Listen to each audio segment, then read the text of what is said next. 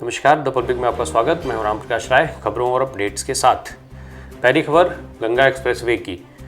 प्रधानमंत्री नरेंद्र मोदी शाहजहांपुर के रोजा रेलवे ग्राउंड में आज गंगा एक्सप्रेसवे का शिलान्यास करेंगे। वह लगभग सवा घंटे शाहजहांपुर में मौजूद रहेंगे। उनके साथ मुख्यमंत्री योगी आदित्यनाथ भी मौजूद रहेंगे। प्रधानमंत्री लगभग 1 लाख लोगों की जनसभा को भी संबोधित करेंगे। प्रशासन की ओर से इसके संबंध में सभी तैयारियां मुकम्मल कर ली गई हैं। प्रधानमंत्री के साथ मुख्यमंत्री के अलावा प्रदेश के कई कैबिनेट मंत्री सभा स्थल पर मौजूद रहेंगे। 12 जिलों को जोड़ने वाले गंगा एक्सप्रेसवे के बनने के बाद शाहजहांपुर का तेजी से विकास हो सकेगा। 594 किलोमीटर लंबा यह सबसे बड़ा एक्सप्रेसवे होगा। यह मेरठ के बिजौली गांव से शुरू होकर हापुड़, बुलंदशहर, अमरोहा, संभल, बदायूं, शाहजहांपुर, हरदोई, उन्नाव, रायबरेली, प्रतापगढ़ और प्रयागराज के जुड़ापुर दादू में नेशनल हाईवे 19 में मिलेगा। एक्सप्रेसवे बनने के बाद लखनऊ से मेरठ की दूरी महज 5 घंटे की रह जाएगी। खबर लिखे जाने तक प्रधानमंत्री कार्यक्रम स्थल पर नहीं पहुंचे थे। अगली खबर अमेठी से। उत्तर प्रदेश में चुनावी पारा दिनों दिन चढ़ता जा रहा है। केंद्र की नीतियों के खिलाफ राहुल गांधी और प्रियंका गांधी मिलकर आज अमेठी में पदयात्रा करेंगे। जगदीशपुर विधानसभा में 5 किलोमीटर लंबी ये पदयात्रा होनी है। भाजपा और केंद्र सरकार के विरोध में कांग्रेस भाजपा भगाओ महंगाई हटाओ प्रतिज्ञा पदयात्रा निकाल रही है, जिसमें राहुल और प्रियंका दोनों शामिल होंगे। इसके बाद हारीमाऊ गांव में एक जनसभा को संबोधित करेंगे। अमेठी कांग्रेस का गढ़ रहा है, लेकिन यूपी चुनाव के बाद से राहुल और प्रियंका का ये पहला अमेठी दौरा है। जगदीशपुर अमेठी की वही विधानसभा है जहां 32 साल में कांग्रेस सिर्फ 3 बार हारी है। अगली खबर पाकिस्तान से। पाकिस्तान के गुरुद्वारा श्री करतारपुर साहिब में एक बार फिर सिख आस्था से बड़ा खिलवाड़ सामने आया है। यहां गुरुद्वारे में श्रद्धालुओं को सिगरेट के वेस्ट से बनाए दोनों में प्रसाद दिया जा रहा है। इतना ही नहीं, इस पर एक तरफ गुरुद्वारा श्री करतारपुर साहिब और गुरुद्वारा श्री ननकाना साहिब की तस्वीर भी छपी है। इसमें पहले गुरुद्वारे में बिना सिर ढके पाकिस्तानी मॉडल के फोटोशूट का मामला सामने आया था, जिस पर काफ़ी विवाद हुआ था। बाद में मॉडल ने इस मामले को लेकर के माफ़ी मांगी थी। दिल्ली सिख गुरुद्वारा प्रबंधक कमेटी के पूर्व अध्यक्ष और भारतीय जनता पार्टी के नेता मनजिंदर सिंह सिरसा ने मामले पर मीडिया से कहा कि सिखों को इससे बड़ी पीड़ा हुई है। ये धर्म का मामला है और ये हमारी आस्था से बड़ा खिलवाड़ है। तंबाकू से बनाए दोने पत्तलों में प्रसाद दिया जाए, इससे बड़ा पाप क्या हो सकता है। सिरसा ने पाक पीएम इमरान खान को कहा कि पाकिस्तान में सिख गिनती में कम हैं, इसलिए वहां उनकी सुनवाई नहीं की जा रही। उन्होंने कहा कि इन लोगों को तुरंत पकड़कर जेल में डालना चाहिए। अगली खबर ढाका से। ढाका के ऐतिहासिक श्री रमना काली मंदिर में 50 साल बाद घंटियां बजीं। 50 साल पहले 1971 की जंग में पाकिस्तान की सेना ने इस मंदिर को नष्ट कर दिया था। इस मंदिर को फिर से बनाया गया है। भारत के राष्ट्रपति रामनाथ कोविंद ने शुक्रवार को ढाका में इस ऐतिहासिक श्री रमना काली मंदिर का उद्घाटन किया। राष्ट्रपति ने इस मंदिर को भारत और बांग्लादेश के लोगों के बीच सांस्कृतिक और आध्यात्मिक जुड़ाव का प्रतीक बताया।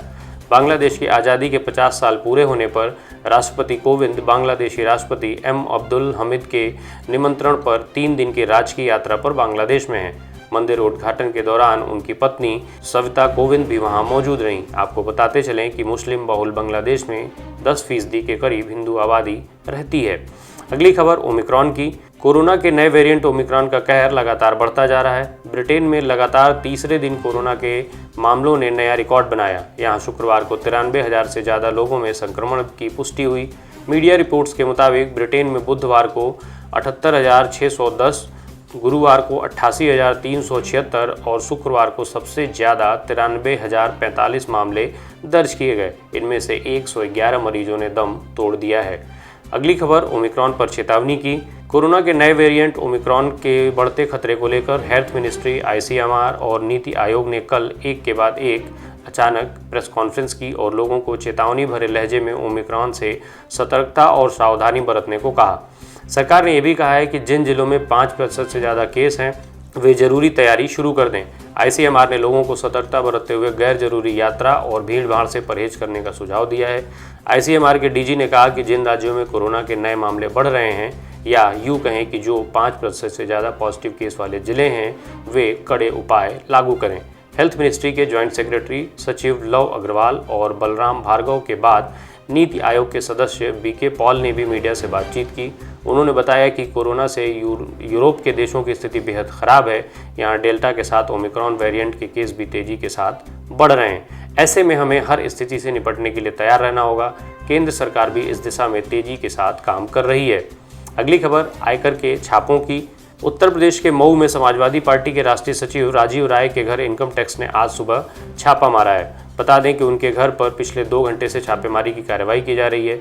जानकारी के अनुसार इनकम टैक्स की टीम वाराणसी से मऊ पहुंची है। इस दौरान सपा कार्यकर्ताओं ने जमकर हंगामा किया।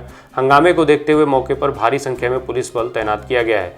साथ ही आयकर विभाग की टीम ने आज तड़के ही लखनऊ, मैनपुरी और आगरा में समाजवादी पार्टी से जुड़े अलग अलग लोगों के यहाँ छापेमारी की, जिसमें आगरा के मनोज यादव, लखनऊ के गजेंद्र सिंह समेत करीब 1 दर्जन लोगों के घरों की छानबीन चल रही है।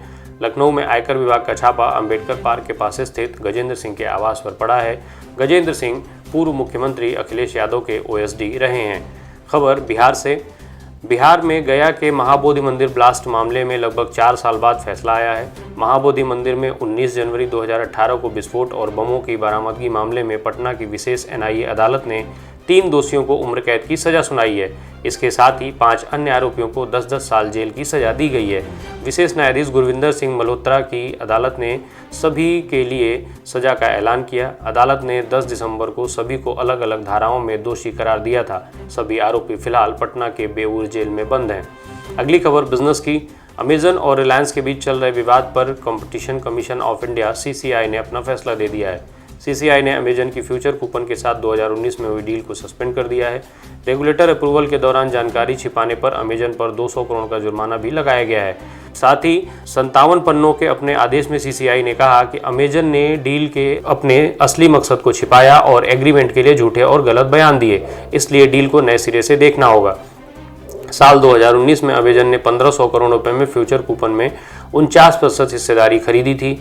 इस डील के तहत अमेजन को 3 से 10 साल के भीतर फ्यूचर रिटेल में हिस्सेदारी खरीदने का अधिकार मिला था, लेकिन साल 2020 में फ्यूचर ग्रुप के रिटेल, होलसेल और लॉजिस्टिक के बिजनेस को रिलायंस रिटेल ने 24,713 करोड़ रुपए में खरीदने की घोषणा की थी, जिसके बाद इस विवाद की शुरुआत हुई थी। फिर उसके बाद अमेजन ने सिंगापुर इंटरनेशनल आर्बिट्रेशन सेंटर का रुख किया था। अगली खबर चर्चित शादी की। मध्य प्रदेश के नरसिंहपुर जिले के जोबा गांव में एक महिला IAS अफसर की एक IFS अधिकारी से शादी चर्चा में है।